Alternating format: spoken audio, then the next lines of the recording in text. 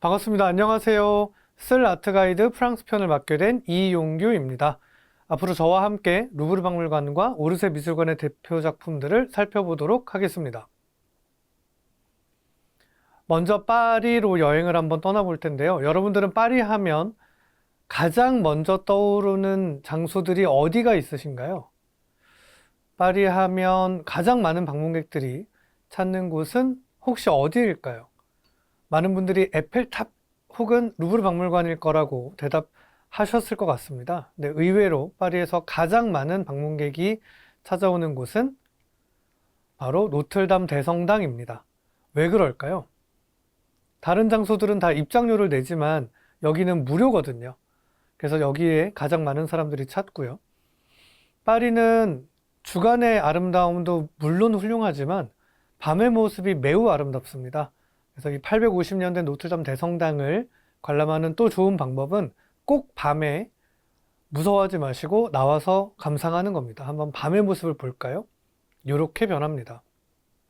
조명이 정말 아름답게 바뀌죠.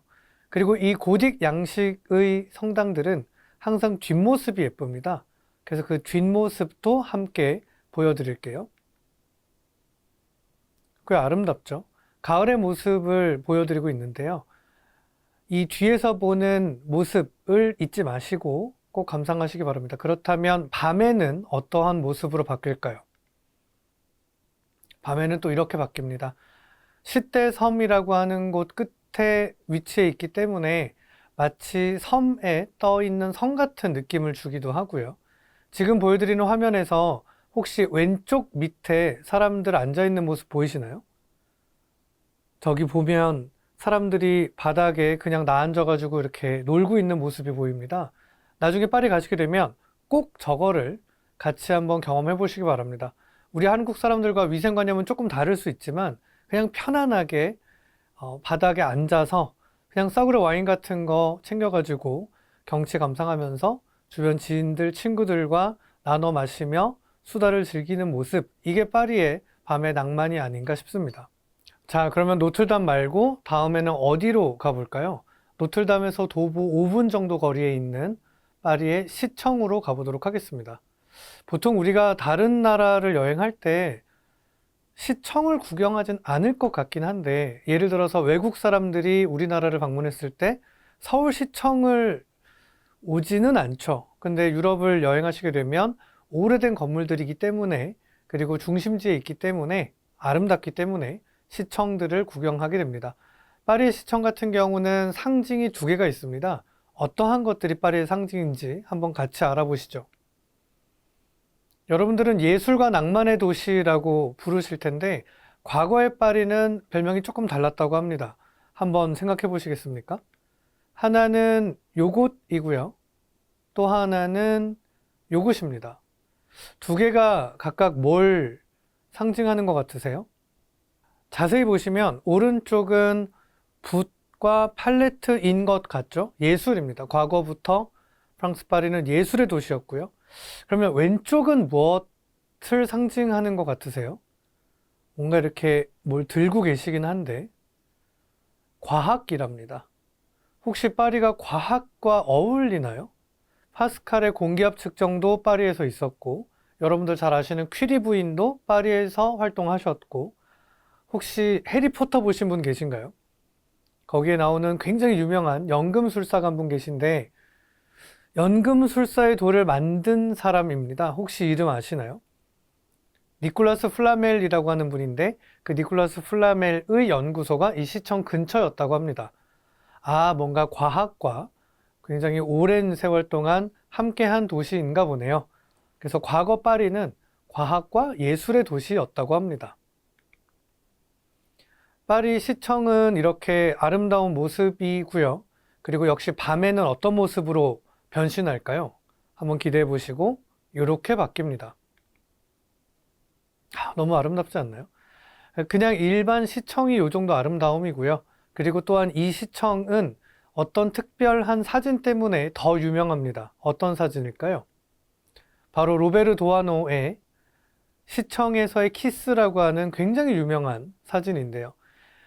이 사진은 물론 연출로 만들어진 거긴 한데 나중에 파리 가시게 되면 꼭 사랑하는 분과 혹은 사랑하게 될 분과 이런 연출 사진도 찍어 보시기 바랍니다.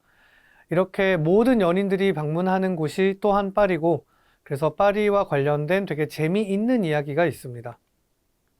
파리는 세상에서 가장 아름다운 곳이기에 그 뒷문장이 어떻게 될까요?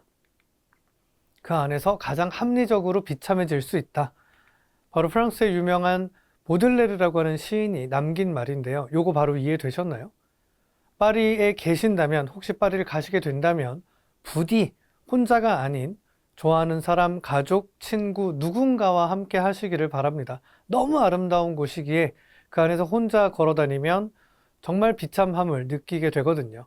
자, 파리 하면 또 유명한 건물이 있습니다. 1977년에 완성된 바로 퐁피두 센터인데요. 우리가 88년에 올림픽을 했던 걸 생각해보면 그거보다 11년 전이니까 굉장히 앞서 있던 건축이죠. 혹시 이 건물과 비슷한 게 우리나라에도 들어와 있는데 어떤 건물인지 예측되시나요? 뭔가 어떤 분들이 여의도에 있고요. 빨간색 기중기를 당장 치워라 라고 얘기하는 더 현대 건물이 지금 요렇게 생겼죠. 같은 건축가의 건물입니다. 밤에는 요렇게 좀 우주선 같은 느낌으로 보실 수가 있고요. 퐁피두 센터 같은 경우는 제가 소개하는 루브르 박물관, 오르세 미술관에 이어서 현대 미술의 요람이라고 부를 수 있는 건물이 됩니다. 그러면 또 파리 하면 유명한 장소가 있죠. 혁명, 역사 좋아하시는 분들은 여기를 모르실 리가 없을 겁니다. 바로 콩코드 광장, 오벨리스크가 서 있는 콩코드 광장은 루이 16세 마리 앙뚜아네트가 단두대에서 처형당한 바로 그 자리고요. 그래서 프랑스 파리를 방문할 때 꼭 한 번씩은 거쳐가게 되는 장소가 아닐까 싶습니다. 7월 14일 혁명 기념일에 맞춰서 파리를 가시는 분들은 오전 시간에 꼭 놓치지 말고 여기서 하는 국가 행사도 관람해 보시면 어떨까요?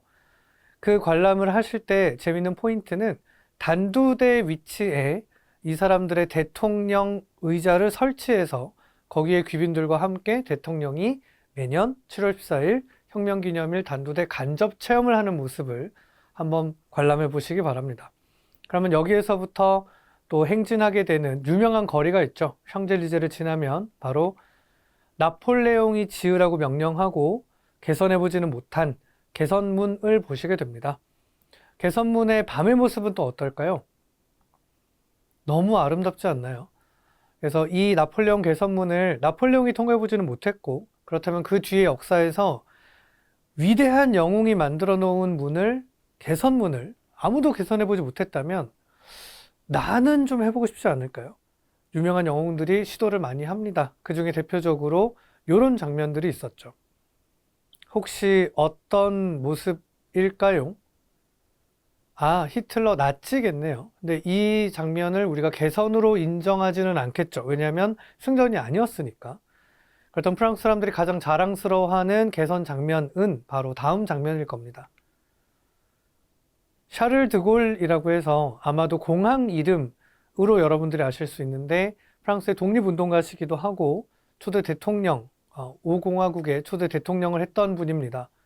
어디에 계실까요? 이 사진 중에서 가장 키 큰 가운데 분 보이시나요? 혼자 머리 하나 더 있는 것 같은 느낌의 이분이 샤를 드골이고요. 그 샤를 드골이 프랑스 레지스탕스 독립운동가들과 함께 개선, 그리고 다른 말로 독립선언하는 장면이 지금 제가 보여드리는 자료입니다. 우리 한국의 독립운동가인 김구 선생님과도 키가 매우 비슷하시다고 해요. 김구 선생님도 굉장히 장신이셨다고 하니까 그것도 재미로 기억해 주시기 바라고요. 이분들이 걸었던 그 거리를 우리는 샹젤리제라고 합니다. 낙원의 벌판, 낙원이라는 뜻이고 쇼핑의 천국으로 여러분들이 아시게 될 거예요. 근데 파리 가시게 되면 좀 특이한 얘기겠지만 여기에서 쇼핑하실 때는 명품이 그렇게 많지 않습니다. 땅값이 너무 비싸서 그런 명품 샵들은 거의 대부분 다른 동네로 이사를 많이 가 있고요. 세계 유명한 브랜드들이 입점해 있으니 여기서 쇼핑하실 때는 프랑스 명품이 많지 않다라는 것 기억해 주시고 꼭 조심하셔야 되는 게 소매치기들의 천국입니다. 그래서 여기는 정말로 소매치기 많이 당하는 곳이니까 걸어 다니실 때 꼭 가방 조심하시기 바랍니다. 파리 하면 가장 유명한 건 역시 에펠탑이겠죠. 그렇다면 이 에펠탑은 왜 만든 것일까요? 많은 건축들이 가능할 텐데 다리도 있을 것이고 궁전의 형태도 있을 것이고 기차역도 있을 것이고 굉장히 다양한 건축의 형태가 있을 텐데 왜 이들은 탑을 세웠을까요?